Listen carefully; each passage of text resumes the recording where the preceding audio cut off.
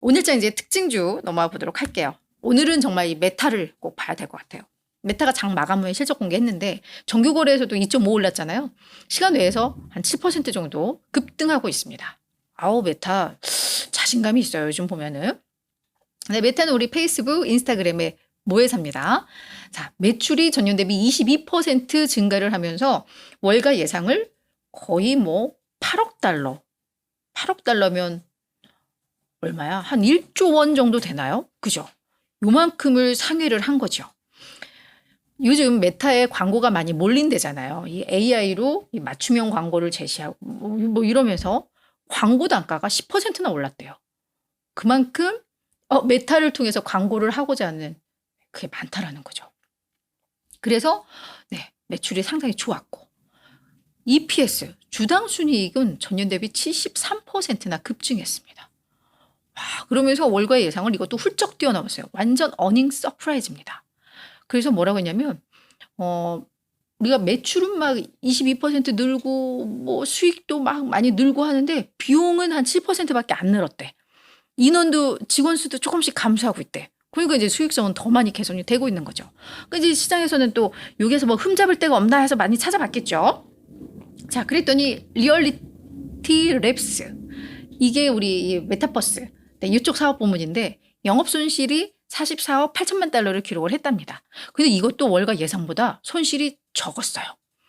물론 누적 기준으로 하면은 500억 달러니까 네, 아픈 손가락인 게 맞긴 맞는 것 같은데, 맞는 것 같긴 한데, 그래도 요 메타버스 요 헤드셋 있잖아요. 요 매출이 그래도 많이 늘기도 했고 그래도 괜찮아지는 것 같습니다. 적자폭도 예상보다 좀 낮아지고 있고요. 그래서 흠을 잡아보려고 했는데 이게 잘 넘어갔어요. 잘 넘어갔고 이 밖에도 뭐 이 메타의 뭐 페이스북이나 인스타그램이나 이런 주요 소셜미디어의 1일 활성 사용자 수도 32억 7천 명을 달성하면서 전년 대비 7%나 늘었다고 합니다.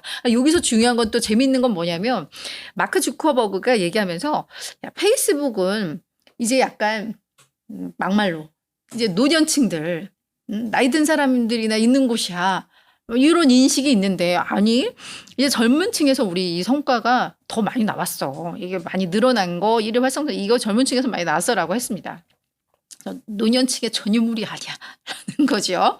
네, 제가 왜냐면 이 얘기를 왜 하냐면 그때 우리 은주가 저한테 뭐 선배 인스타그램 하세요? 이거 인스타그램 계정은 있는데 안 하고 나는 페이스북 해 했더니 그쵸, 나이 든 사람들은 뭐 이런 얘기를 했는데 페이스북의 이미지가 그런가 봐요. 근데 네, 우리 저커버그가 그렇지 않다라고 이야기를 했고요. 최근에 X를 약간 모방해서 만든 스레드도 월간 사용자 수가 이제 2억 명에 도달해서 이것도 나중에는 이제 메인 SNS가 될 거다. 뭐 이런 이야기도 좀 했습니다. 그래서 요거는 그냥 참고로 아시면 좋을 것 같고요. 그리고 이제 3분기 매출 가이던스 제시했는데 요것도 월가 예상을 훌쩍 뛰어넘었습니다. 그래서 실적에서 완전 합격점을 받았고요. 다만 이제 뭐 메타도 그렇고 뭐 마이크로소프트도 그렇고 시장에서 이제 우려하는 게 이 자본 지출 부분입니다. 얘들이 자꾸 투자를 늘리거든요. 그래서 이 메타가 사실 딱 반등하기 시작한 게 그 효율의 해, 비용 절감하고 막 이러면서 이제 이익 개선되고 막 이랬던 건데 자꾸 투자를 하니까 비용을 늘리니까 이에 대한 우려들이 있었거든요. 그래서 보시면 아시겠지만 처음에 이제 우리 올해 이만큼 투자할 거야 라고 한 게 지금 계속 늘어요. 이걸 계속 상향 조정을 해요. 당초에 뭐 300억에서 370억 달러라고 했다가 지난 분기 실적 발표하면서 이거를 350억에서 400억 달러로 높였었죠. 그러다가 오늘은 또 하단을 더 높여서 이제 우리 370억에서 400억 달러 정도 투자를 할 것 같아라고 자꾸 높이니까 이 부분에 대한 우려가 있는데, 이거에 대해서 이제 뭐라고 했냐면 우리가 그 라마3를 훈련시키는 것 비해서 이제 차세대인 라마4를 훈련하려면 이 컴퓨터 용량이 지금 10배 이상이 더 필요해 라고 이야기를 하면서 이 컴퓨터 용량을 미리미리 구축해 놔야지, 안 그러면 그 위험보다 미리 구축해 놓은 위험이 훨씬 더 적어 라고 이야기를 했습니다.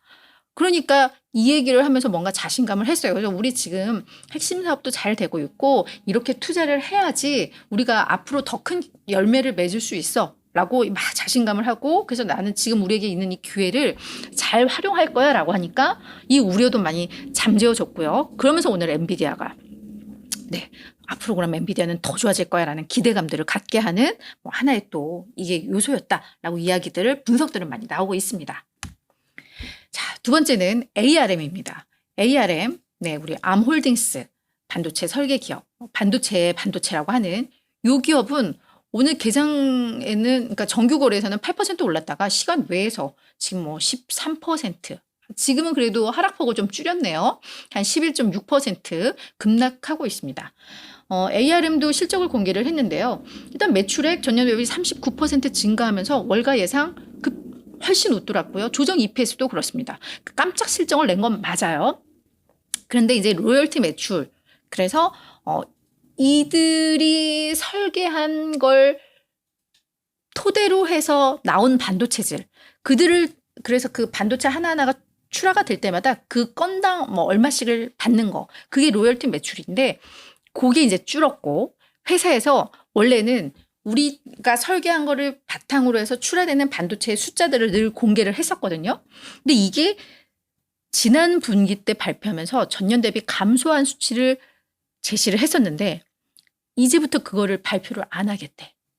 우리의 핵심 축이 바뀌었대 라고 하면서, 그러니까 이제 시장에서는 저거 조금 기존의 핵심 사업이었던 건데 저게 약간 흔들리나? 라는 우려, 이거 좀 부각이 된 것 같고요. 연간 매출 가이던스나 조정 EPS 가이던스마저도 예상보다 낮게 나오니까 시장에서는 좀 우려를 많이 하게 된 것 같습니다. 특히나 ARM은 상장하면서 상당히 좀 고평가받았다라는 얘기를 많이 받았잖아요. 지금 PER도 너무 높은 상황이고, 그러다 보니까 이렇게 이번 실적이 너무 좋았다 하더라도 향후 전망이 조금 기대보다 낮거나 뭔가 얘들이 그동안 자신감 있게 하던 것들을 이렇게 뭔가 숨기려고 하니까 시장에서는 더 우려가 커졌다라고 보는 거고요.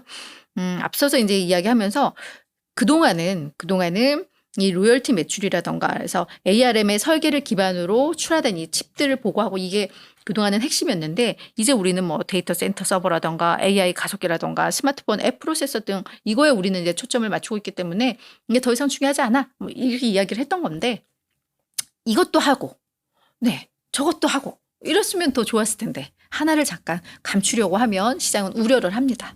그게 오늘 큰 원인이었다. 이렇게 보시면 될 것 같고요. 자, 세 번째는 ASML입니다. 오늘 9% 주가 급등했습니다. 네덜란드 기업인데 세계 최대의 반도체 노광 장비를 만드는 회사인데 지금 미국 정부가 대중 반도체 중국에다가 반도체든 뭐 반도체 장비를 수출하는 것을 계속 규제를 확대하고 있죠. 그러면서 이제 FDPR을 검토한다고 했어요. 그래서 우리가 아니라 외국에서 수출하는 거라도 이들의 반도체나 장비에 우리 미국의 기술, 소프트웨어 이게 사용됐으면 그것도 다 규제할 거야 라고 해서 이걸 계속 예고했었고 요거 이제 지금 준비 중인데 그래서 이제 ASML이 그때부터 약간 주가가 많이 하락을 했었거든요. 그런데 미국 정부가 우리가 규제를 하되 한국과 미국이 아닌데 일본입니다. 일본. 제가 오탈자가 나왔네요. 한국과 일본, 네덜란드 등 동맹국 30여 곳에 대해서는 이걸로 예외로 분류할 거야 라고 로이터가 이걸 보도를 했습니다. 자, 이 얘기는 뭐냐면 중국 반도체 산업을 압박은 하지만 동맹국은 이제 적대시하지 않도록 하려는 이런 조짐이다라고 해석이 나오면서 ASML이 오늘 주가가 많이 오른 겁니다. 근데 이 규제 대상에 들어가는 게 뭐 이스라엘, 대만, 싱가포르, 말레이시아 등은 포함이 된다고 해요. 그러니까 사람들이 대만, TSML 막 이러면서 이제 뭐 우리 삼성전자나 하이닉스가 또 수혜를 볼 수 있을 거다. 막 이런 말들도 나오기는 하는데 아무튼 오늘 ASML도 너무 좋았다. 이렇게 정리가 될 것 같고요. 마지막은 오늘 네 종목이나 됐어요. 그죠? 보잉입니다. 보잉도 오늘 2% 올랐는데 이것도 주요 이슈가 있어서 정리를 했어요. 오늘 보잉도 실적을 공개를 했습니다. 근데 실적은 뭐 망가졌어요. 매출도 14% 줄어들었는데다가 올가의 예상마저도 크게 밑돌았고요. 이번 분기에 항공기 인도량이 92대에 그쳤습니다. 작년 이 기간에는 136대였거든요. 사실 지금 항공기에 대한 수요가 많고 뭐 계약 체결한 것도 많고 해서 이게 사실 훨씬 더 좋았어야 되는데 그 안전사고 때문에 여기저기 규제받으면서 이게 저게 지금 기대에 못 미치는 겁니다. EPS 적자폭이 엄청나게 확대가 되면서 네, 완전 쇼크였습니다. 시장에서도 안 좋을 걸 예상했지만 그보다 훨씬 안 좋게 나왔습니다. 그럼에도 불구하고 그럼 주가는 왜 올랐어? 네, 이거예요.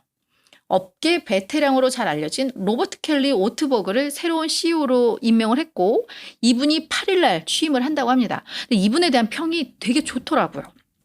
이분이 항공우주업체인 로겔 콜린스, 뭐 지금은 콜린스 에어로스페이스라고 하는데 여기를 아마 이끌었던 분인가 봐요. 근데 이분이 원래 좀 잘한다라는 평을 받나 봐요. 그래서 우리 CNBC의 짐 크레이머, 뭐 앵커기도 하지만 펀드 매니저 출신이죠.